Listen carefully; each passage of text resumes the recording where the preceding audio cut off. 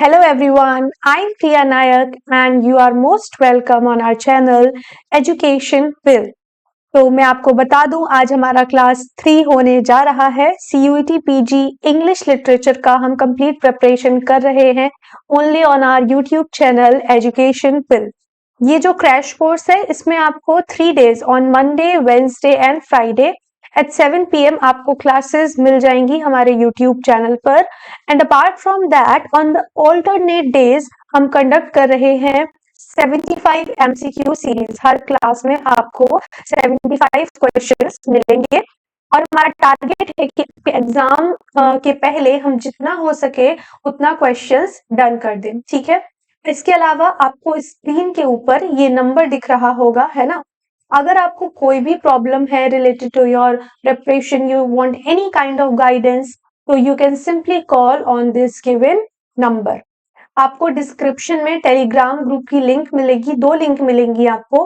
पहला जो ग्रुप है it is specially for English students, English literature students, जहां पर आपको स्टडी मटेरियल, PYQ एंड जितने भी रिलेटेड कंटेंट हैं आपके एग्जाम से वो आपको मिल जाएंगे। And on the second group that is education will, उस पर आपको जो क्लास का अपडेट है, क्लास में अगर कोई चेंज आता है, शेड्यूल रिलेटेड कोई भी अपडेट है तो आपको वो वहां पर मिल जाएगा, ठीक है। अगर आप चैनल पर नए हैं, मैं रिमाइंड करा दूं, चैनल को सब्सक्राइब कर लीजिएगा एंड बेल आइकन भी प्रेस कर दीजिएगा ताकि जब भी कोई नया अपडेट, नया वीडियो आए तो सबसे पहले वो आपको पता चले, ठीक है।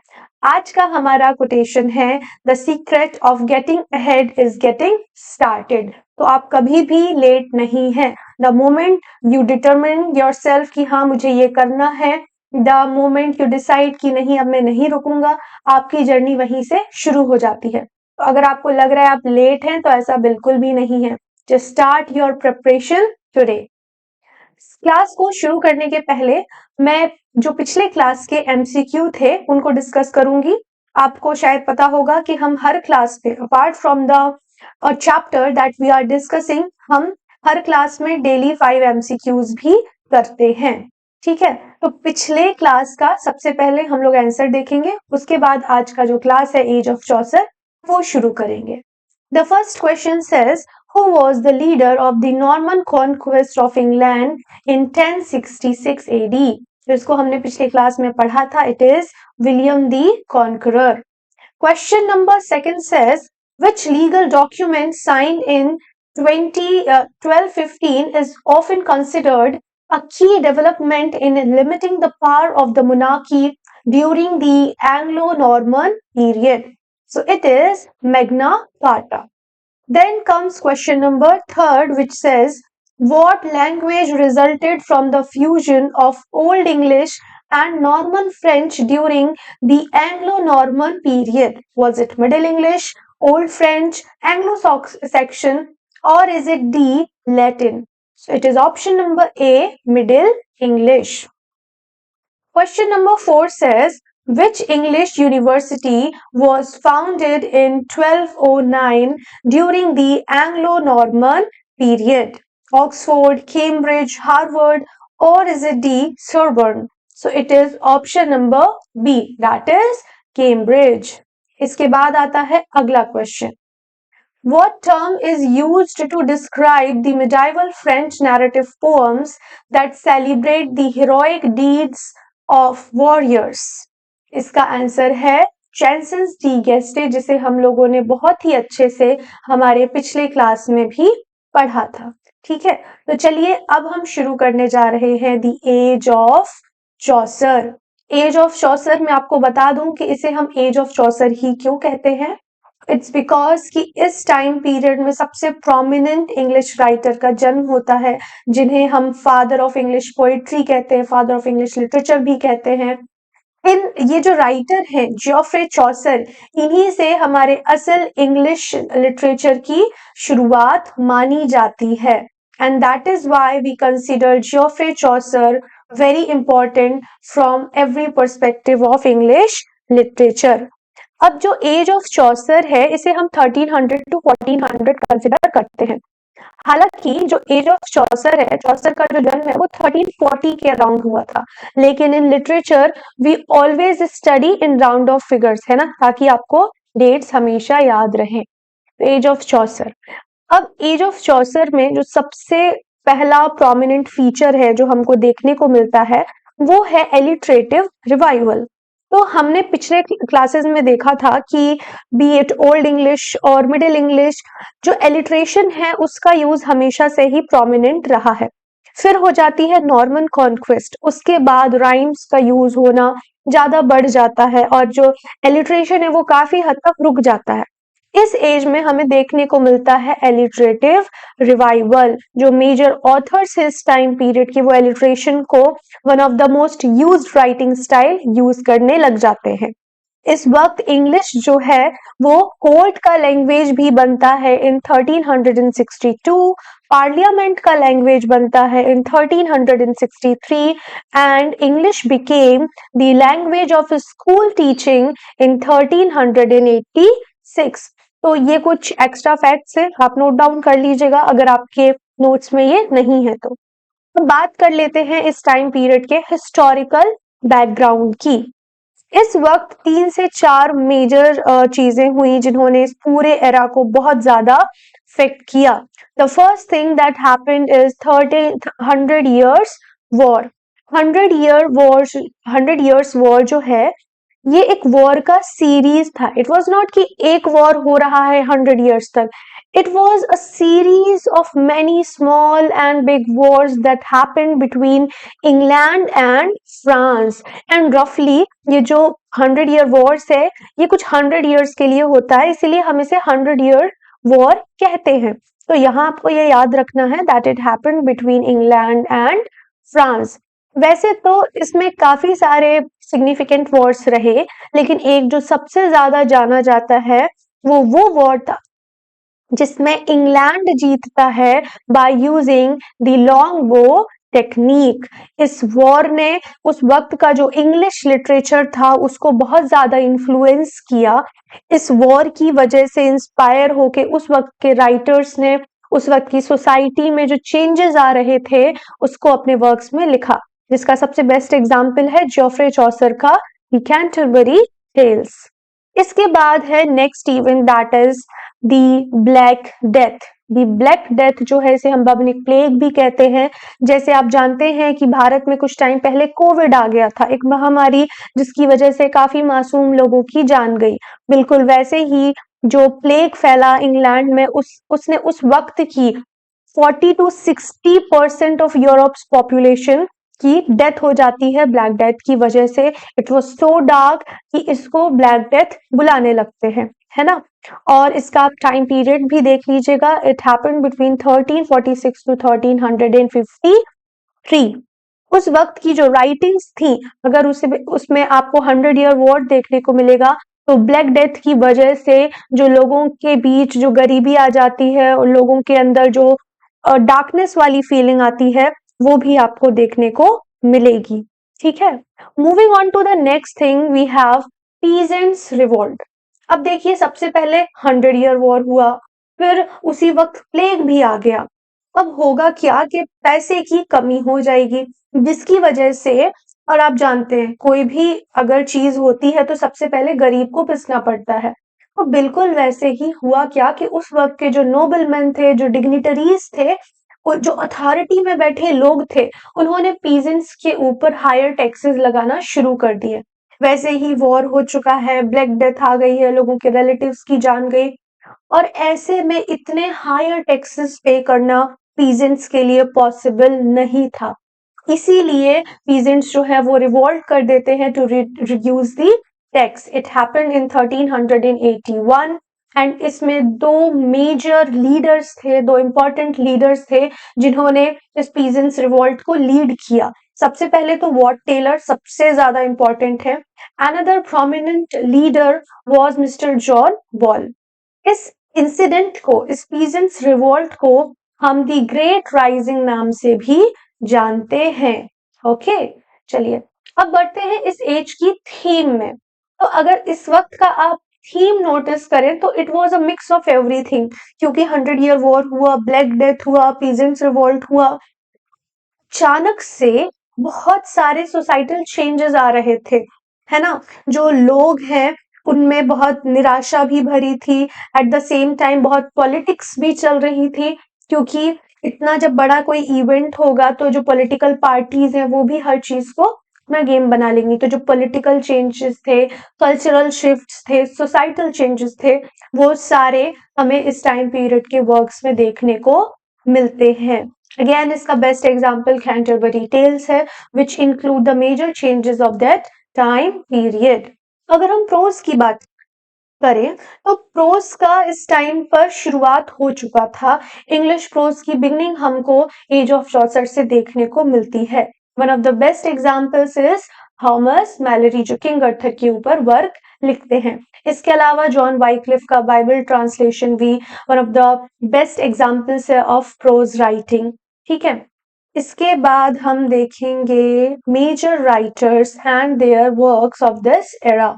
तो सबसे पहले हैं जियोफ्रे चौसर, जिनका जन्म हुआ 1340 and he lived up to 1400, then इनकी डेथ हो जाती है। जियोफ्रे चौसर को, जैसे कि मैंने एज ऑफ चौसर शुरुआत जब मैंने की तभी बताया, इनको father of English literature and father of English poetry कहते हैं। He was the first writer to be buried in Poets' Corner in Westminster Abbey. इनको not only as a writer but he also gained fame as a philosopher and astronomer. इन्होंने एक scientific ट्रियटाइज भी लिखी थी, a treatise on the astrolabe for his son Lewis. ये मैं कहूंगी कि ये एकमात्र ऐसे राइटर थे, एक बहुत प्रोमिनेंट राइटर थे, जिनको तीन तीन राजाओं का अलग अलग टाइम पीरियड देखने को मिलता है, उनका सपोर्ट भी मिलता है, जिसमें है Edward three, Richard two and Henry the fourth. ठीक है, तो ये चीज आप जरूर देख लीजिएगा, that what are the names of the writers who trusted and aided Geoffrey Chaucer. It was Edward three, then it was Richard two and Henry the fourth. अब देख लेते हैं हम जियोफ्रे चौसर के मेजर वर्क्स। तो सबसे पहला इनका इंपॉर्टेंट वर्क है the book of the duchess. The book of the duchess जो है, इसको हम डेथ ऑफ ब्लांचे के नाम से भी जानते हैं। होता क्या है कि जियोफ्रे चौसर के एक परम मित्र थे जिनका नाम था जॉन ऑफ गंट। उनकी first wife Blanche of Lancaster की डेथ हो जाती है, तो वो चौसर को बोलते हैं to write something related to his first wife, ताकि एक तरीके से वो अपनी वाइफ को ट्रिब्यूट दे सके। तो इसीलिए फिर जियोफ्रे चौसर ये वर्क कंपोज करते हैं, the book of the duchess. Alright, अब यहाँ पर आपको ये बता दूं मैं कि इसके पहले भी इन्होंने एक शॉर्ट पोएम लिखी थी एन एबीसी, बट वो उतना ज्यादा इम्पोर्टेंट नहीं है ना। हम जियोफ्रे चौसर के जितने भी इम्पोर्टेंट वर्क हैं वो आज के सेशन में कंप्लीट करने जा रहे हैं। बुक ऑफ द डचेस हो गया, इसके बाद आता है the house of fame. The house of fame का जो जॉनर है, it's important for you to note down. ठीक है, जॉनर इसका ड्रीम विजन पोएम था। इसको ड्रीम विजन में लिखते हैं, उन्हें कोई सपना आता है और उसके बाद वो जो देखते हैं वो उसको लिखते हैं अपने work the house of fame में। इसमें अप्रोक्सीमेटली 2000 लाइंस थी जिन्हें राइमिंग कपलेट्स में लिखा गया था। ये ऐसे स्टार्ट होता है कि नैरेटर्स का कोई सपना है जिसमें ग्लास टेम्पल है जिसे हाउस ऑफ फेम कहा जा रहा है ना, and this explores the nature of fame, truth and distortion. इसका जो इंस्पिरेशन है वो चौसर को मिला था ओविड के मेटामॉर्फोसिस से। ठीक है, ये आप नोट डाउन जरूर कर लीजिएगा। इसके बाद आता है एनेलिडा एंड अर्साइड। एनेलिडा एक प्रिंसेस रहती है जिसको अपने लवर और साइड का प्यार नहीं मिलता है एंड वो दुखी हो जाती है, और इसी थीम पर बेस्ड है ये work Anelida and Arcite. It focuses on the unrequited love, abandonment and the emotional turmoil experienced by the protagonist. इसके बाद है the parliament of fowls. The parliament of fowls इसलिए भी इंपॉर्टेंट है क्योंकि इसमें जिक्र मिलता है सेंट वैलेंटाइंस डे का। सेंट वैलेंटाइंस डे के बारे में इसमें ऐसे दिखाया गया है that it is a very special day for lovers. ये जो पूरा पोएम है it is set on Saint Valentine's Day, जहां पर बर्ड्स मिल रही हैं, आपस में इकट्ठा हो रही हैं टू चूज देयर मेट्स। इसका जो थीम है it explores the themes of love, nature and the complexities of romantic relationships. Again, this poem also begins with the narrator's dream and transitions to the dream vision of the parliament of words where they are discussing love. इसके बाद है Troilus and क्रिसीड। Troilus and क्रिसीड जो है ये एक tragic love story है और इसको इन्होंने अडॉप्ट भी किया है from the tragic love story of Troilus and Criseyde in the classical work the Iliad by Homer. ये जो वर्क है ये फोकस करता है ट्रोइलस और क्रिसीडा के लव अफेयर के ऊपर और इसका जो बैकग्राउंड सेटिंग है वो है वॉर, ट्रोजन वॉर। ठीक है, अब क्योंकि ये दो लवर्स की कहानी है तो यहाँ पर थीम्स ऑब्वियसली लव होगा, बिट्रेयल होगा, फेट होगा। इसका जो नैरेटिव स्टाइल है वो है rhyme royal. Rhyme royal, a 7-line stanza which is used for poetic narration. Moving on to the next work, we have A Legend of Good Women. A Legend of Good Women जो है इसमें दो चीजें हैं, एक तो there is a prologue and then there are 9 individual legends और stories. ये poem जो है it is also framed as a dream vision जहां पर narrator God of love Cupid मिलता है। ये क्वेश्चन पहले भी पूछा जा चुका है, ये क्यूपिड वाला चीज जरूर नोट कर लीजिएगा। And the queen of flowers Alceste. The legends narrate the stories of various women from classical mythology and history. ऐसी women जिनको प्यार में या फिर लाइफ में डिफिकल्टीज फेस करनी पड़ी, जो इतनी महान हो गई कि अब वो women नहीं लेजेंड्स बन चुकी हैं, उनके ऊपर कहानी इस वर्क में हमको देखने को मिलती है। ऑलराइट, इसका जो इन्फ्लुएंस है वो मिला था जियोफ्रे चौसर को बुकाशियो के फेमस विमेन वर्क से एंड सेकंड इन्फ्लुएंस वाज ओविड्स हेरोइड्स। जैसे कि मैंने आपको पहले भी बताया कि जियोफ्रे चौसर के ऊपर 3 राजाओं की कृपा थी, तो वो उनको ये चीज अलाउ थी कि उनको पैसा मिल रहा था, वो आराम से घूम सकते थे। वो काफी जगह घूमने जाते हैं और जब वो विदेशों की यात्रा करते हैं तो उनको उस वक्त के जो प्रोमिनेंट फिगर्स थे, जो प्रोमिनेंट राइटर्स थे जिनकी बुक्स लोगों को नहीं मिल पाती थी, चौसर को सब कुछ अवेलेबल हो जाता था, इसीलिए उनके ऊपर काफी इन्फ्लुएंस देखने मिलता है हमको फ्रेंच लिटरेचर का, इटालियन लिटरेचर का।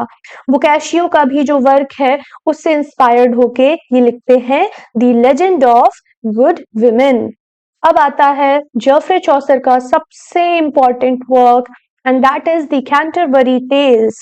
The Canterbury Tales 24 tales का collection है और इसको ऐसे दिखाया गया है कि कुछ pilgrims हैं। According to the prologue there are 30 pilgrims actually, ठीक है, prologue के according there are 30 pilgrims and they are going to visit the shrine of the Saint Thomas A Becket. अब वो लोग जा रहे हैं, आ रहे हैं, तो बोर ना हो इसीलिए स्टोरी सुनाने का एक कंपटीशन उनके बीच में रख दिया जाता है और यही जो स्टोरीज हैं कैंटरबरी टेल्स आगे जाकर बनती हैं। देखो 30 लोग हैं, 4 स्टोरी ईच, 2 जाते वक्त 2 आते वक्त, तो total he decided to write 120 tales but he could complete only 24 tales and then died. ये जो tales हैं they were written between 1387 to 1400, mostly verse form में लिखी हैं, लेकिन कुछ टेल्स ऐसी भी हैं जिन्हें प्रोस फॉर्म में लिखा गया है। और जो भी इस कंपटीशन, इस कॉन्टेस्ट में जीतेगा उसको मिलेगा एक फ्री मील एट द टैबर्ड इन। इसके होस्ट का नाम भी कभी कभी पूछा जाता है। I hope you know that the host name was Harry Bailey and as I earlier told prologue के अकॉर्डिंग टोटल 30 पिलग्रिम्स रहते हैं। चलो अब बढ़ते हैं टेल्स की तरफ। कैंटरबरी टेल्स मैं ये सब बता चुकी हूँ। They are presented with in a framing narrative story All right, I have like told all these things in the previous slide. अभी मैं आपको बता दूं कि टोटल 4 से 5 टेल ही इंपॉर्टेंट है, जिन्हें मैं आपके साथ डिटेल में डिस्कस करूंगी, डिटेल स्टोरी बताऊंगी सभी का। लेकिन फिर भी मैंने सारी 24 जो टेल्स हैं उनके नाम नोट करे हैं, तो मैं बस उन्हें एक बार रीड कर रही हूँ। आपको अपने नोट्स में सबके बारे में लिखने की जरूरत नहीं है, you can just write down the names. बाकी जिन्हें मैं डिटेल से बताने जा रही हूँ उनको आप डिटेल में नोट डाउन कर सकते हैं। तो सबसे पहले इसकी स्टार्टिंग होती है जनरल प्रोलॉग से, जिसमें हमें पता चलता है कि देयर आर 30 पिलग्रिम्स। हमें पता चलता है कि पिलग्रिम्स किस तरीके के हैं, और एक जो होता है ना कि बेस डेवलप करना, तो वो काम जनरल प्रोलॉग करता है।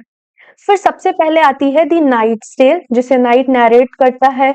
ये एक एपिक रोमांस है which is set in ancient Greece. Then there is miller's tale, जो कि मिलर के द्वारा सुनाई जाती है।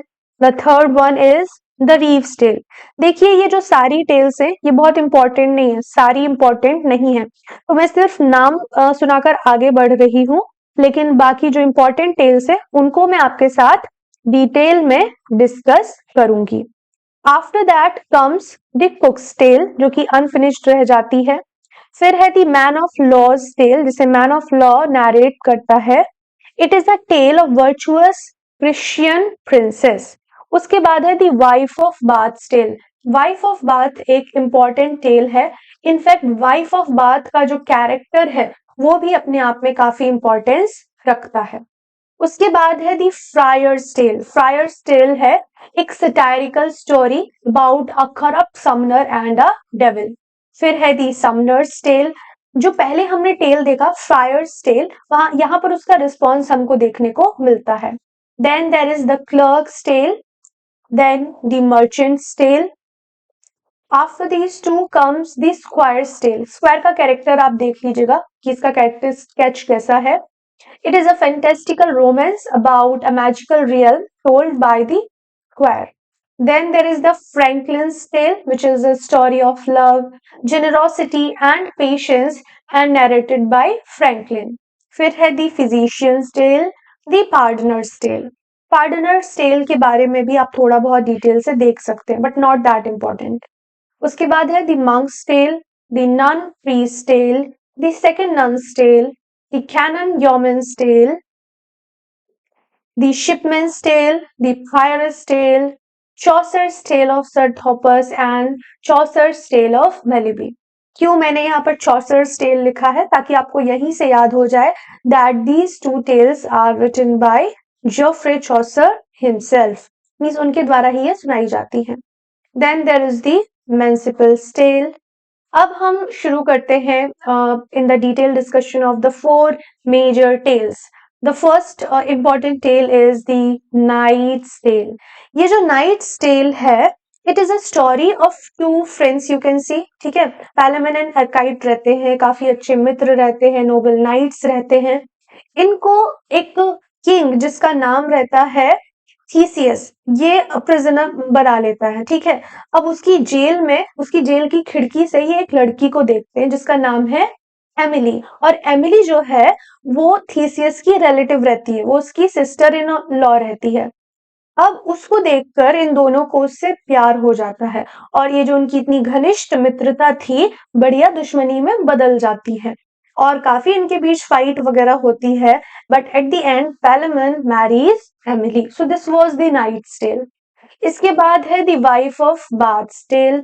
The wife of Bath's tale सुनाने के पहले मैं आपको बता दूं, वाइफ ऑफ बाथ का जो कैरेक्टर है वो भी अपने आप में एक इंपॉर्टेंट कैरेक्टर है कैंटरबरी टेल से। वाइफ ऑफ बाथ ये टेल सुनाने के पहले काफी अपनी पर्सनल लाइफ के बारे में भी बात करती है। She also talks about her personal life. वो बताती है कि उसके 5 हस्बैंड्स के साथ उसके रिलेशंस कैसे हैं, उसका पर्सनल लाइफ कैसा है, what are her thoughts on sexuality, on virginity. So she was very outspoken women. अब बात कर लेते हैं वाइफ ऑफ टेल की। तो ये जो कहानी है, it is about a knight who raped a maiden. अब होता क्या है, ही रेप्ड द मेडन, उसको सजा सुनाई जाती है, लेकिन क्वीन जो होती है, राजा की जो पत्नी होती है, महारानी जी होती हैं, वो कहती हैं अगर तुम मुझे एक क्वेश्चन का आंसर बता दो तो मैं तुमको छोड़ दूंगी। अब वो बोलता है कि ठीक है, आपका क्वेश्चन क्या है? तो रानी उससे बोलती है कि मुझे ये ढूंढ कर लाओ कि ऐसी क्या चीज है जो विमेन को सबसे ज्यादा पसंद है। What is that thing which women likes the most? अब वो बहुत ज्यादा कंफ्यूज हो जाता है, उसको 1 साल का वक्त मिलता है ये आंसर ढूंढने के लिए। वो दूर दराज बहुत घूमता है, उसको कोई नहीं मिलता है जो उसे आंसर बता सके। फिर फाइनली उसको एक बुड्ढी मिलती है जो कहती है मैं तुम्हें आंसर बता दूंगी, लेकिन मेरी एक शर्त है कि जब तुम बच जाओगे वहां से तो तुम्हें मुझसे शादी करनी पड़ेगी। अब नाइट बहुत कंफ्यूज हो जाता है कि मैं क्या करूं, लेकिन कोई ऑप्शन भी नहीं था, तो ही एग्रीज। वो कहता है ठीक है, मुझे आंसर बता दो देवी जी, मैं आपसे शादी कर लूंगा। तो जो वो बुढ़ी रहती है वो बोलती है that it's the sovereignty which a girl likes the most. उसको ये अधिकार चाहिए कि उससे पूछा जाए, उसका कंसेंट हो हर चीज में, है ना। उनको अपने जीवन के ऊपर अधिकार चाहिए। विमेन को ये नहीं चाहिए कि कोई उन पर रोक टोक कर रहा है, कोई उन पर रौब झाड़ रहा है, ये कर दो वो कर दो। वो चाहती हैं कि जीवन में, जो कि उनका जीवन भी है, उस पर उनका भी खुद का अधिकार हो। It is sovereignty. अब वो जो रहता है नाइट, वो जाता है दरबार में, आंसर बताता है, रानी इंप्रेस हो जाती है और उसे उसका जीवन दान मिल जाता है। अब बारी आती है शादी करने की। तो वो उसके सामने 2 शर्त रखती है कि अब क्योंकि तुम मुझसे मैरी करने जा रहे हो तो there are 2 options in front of you. First, will you marry me? I will be young and I will be beautiful. And second, मैं बुढ़ी रहूंगी बट मैं फेथफुल रहूंगी। तो देयर आर 2 ऑप्शंस कि अगर तुम चाहो तो मैं एक यंग ब्यूटीफुल लड़की में कन्वर्ट हो सकती हूँ, लेकिन फिर गारंटी नहीं है कि मैं फेथफुल भी रहूं। लेकिन अगर मैं बुढ़ी हूं तो आई विल बी फेथफुल। अब वो बहुत कंफ्यूज हो जाता है। आप में से कुछ लोग सोचेंगे that he must be answering कि तुम यंग एंड ब्यूटीफुल हो जाओ या तुम लॉयल रहो, लेकिन वो आंसर देता है कि इट इज योर चॉइस, तुम जैसे like whatever you want, however you want to be. और यहीं पर वो जो विमेन है, जो बुढ़ी रहती है, वो कन्वर्ट हो जाती है into young and beautiful women, and along with that a faithful women too. तो यहाँ पर ये चीज क्लियर हो जाती है, ये जो स्टोरी है उसका जो मॉरल है वो सिद्ध हो जाता है that it's the sovereignty that a woman wants. उसने उसको वो अधिकार देकर, वो चॉइस का अधिकार देकर दोनों चीजें जीत ली। ठीक है। Then comes the prioress tale. ये जो प्रायरस टेल है, इट्स अबाउट अ बॉय जो कि क्रिश्चियन है और ज्यूस की कॉलोनी में रहता है। अब वो एक क्रिश्चियन प्रेयर गाता है जिसका नाम रहता है अल्मा रिडेम्पशंस। ठीक है। तो he always he used to sing अल्मा रिडेम्पशंस, जो कि एक क्रिश्चियन प्रेयर है। अब होता क्या है कि वो जब ज्यूज सुनते हैं तो वो इरिटेट हो जाते हैं, और वो इतना इरिटेट हो जाते हैं कि वो लोग उसको मिलकर मार देते हैं। अब उसकी माँ आती है, देखती है, तो अपने बेटे को मरा हुआ देखकर शी ऑल्सो स्टार्ट्स क्राइंग, और रोते रोते वो वही प्रेयर अल्मा रिडेम्पशंस गाने लग जाती है, वर्जिन मैरी को याद करते हुए। अब जब वो ये गा रही है तो अचानक से वो जो मरा हुआ मृत बच्चा है वो भी गाने लग जाता है, और वो देखकर, वो मदर देखकर बहुत ज्यादा इमोशनल हो जाती है कि ये कैसे हो रहा है। It was happening because of the prayers, because of the blessings of the Virgin Mary, the Christian Mary। तो यहाँ पर ये दिखाया गया है कि आपके ऊपर अगर आशीर्वाद है तो आप मरने के बाद भी आपके ऊपर वो आशीर्वाद बना रहता है अगर आप सच्चे भक्त हैं तो। फिर होता क्या है, अब क्योंकि डेथ तो हो ही चुकी है, तो उस बॉय की जो सोल रहती है, आत्मा रहती है, वो हेवन चली जाती है। इसके बाद है the nun's priest tale. Nun's priest tale जो है, it is a fable actually, है ना। एनिमल्स के थ्रू यहाँ पर एक मॉरल देने की बात करी गई है। तो इसके 2 मेन किरदार हैं, Chanticleer and another one is a cunning fox. होता क्या है कि चॉन्टिक्लियर एक सपना देखता है कि मुझे एक फॉक्स खा रहा है। अब वो उठता है हड़बड़ाकर, और वो इतना ज्यादा डरा हुआ होता है कि उसे लगता है वो रियल में जी रहा है, मतलब ऐसा रियलिटी में हो चुका है।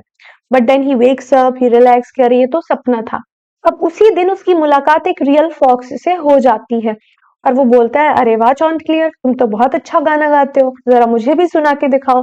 फ्रेज में वो इम्प्रेस हो जाता है और आंख बंद करके मधुर आवाज में गाना गाने लगता है।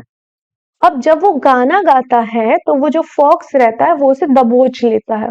अब वो फंस गया, उसे समझ में नहीं आ रहा मैं क्या करूं, मैं तो फंस चुका हूं। तो वो भी फिर बोलता है कि अरे तुम भी तो कितने अच्छे हो फॉक्स, तुम्हारी आवाज तो कितनी मधुर है, तुम भी गाना सुनाओ। वो भी इम्प्रेस हो जाता है। जब वो गाना सुनाता है, गाना सुनाने के लिए वो अपना मुंह खोलता है एंड द मोमेंट ही opens up his mouth, Chanticleer भाग जाता है तुरंत से। तो इस कहानी का जो मॉरल है वो यही है that never trust a flatterer. ठीक है, ये कहानी चारों जो टेल्स हैं दीज वर इम्पोर्टेंट, आप इन्हें अपने नोट्स में जरूर नोट डाउन करें। बस इस एज के चौसर ही हैं जिन्होंने बहुत ज्यादा वर्क लिखे हैं। बाकी जितने भी राइटर्स हैं even when they are important उनके वर्क्स काफी कम हैं। तो आई सजेस्ट यू कि आप इम्पोर्टेंट राइटर्स को नोट डाउन जरूर करें।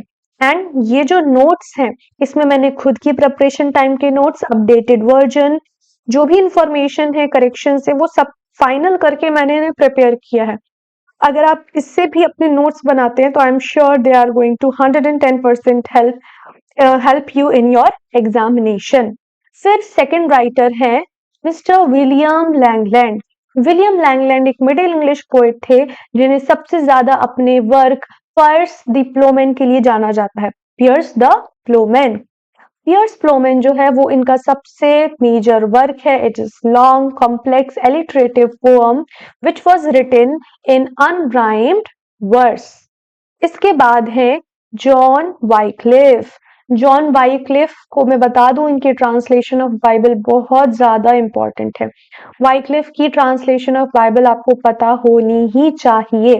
ठीक है, one of Wycliffe significant and contribution was his translation of the Bible into middle English. जिन्हें नहीं पता है मैं बता दूं कि इन्होंने लैटिन भाषा से मिडिल इंग्लिश में बाइबल को ट्रांसलेट किया था। ठीक है, इस ट्रांसलेशन को हम वाइक्लिफ्स बाइबल नाम से भी जानते हैं। इसके बाद इनके थियोलॉजिकल व्यूज देख लेते हैं। तो देखो इन्हें बाइबल ट्रांसलेशन करने की जरूरत क्या पड़ी, इसके पीछे भी कुछ रीजंस थे।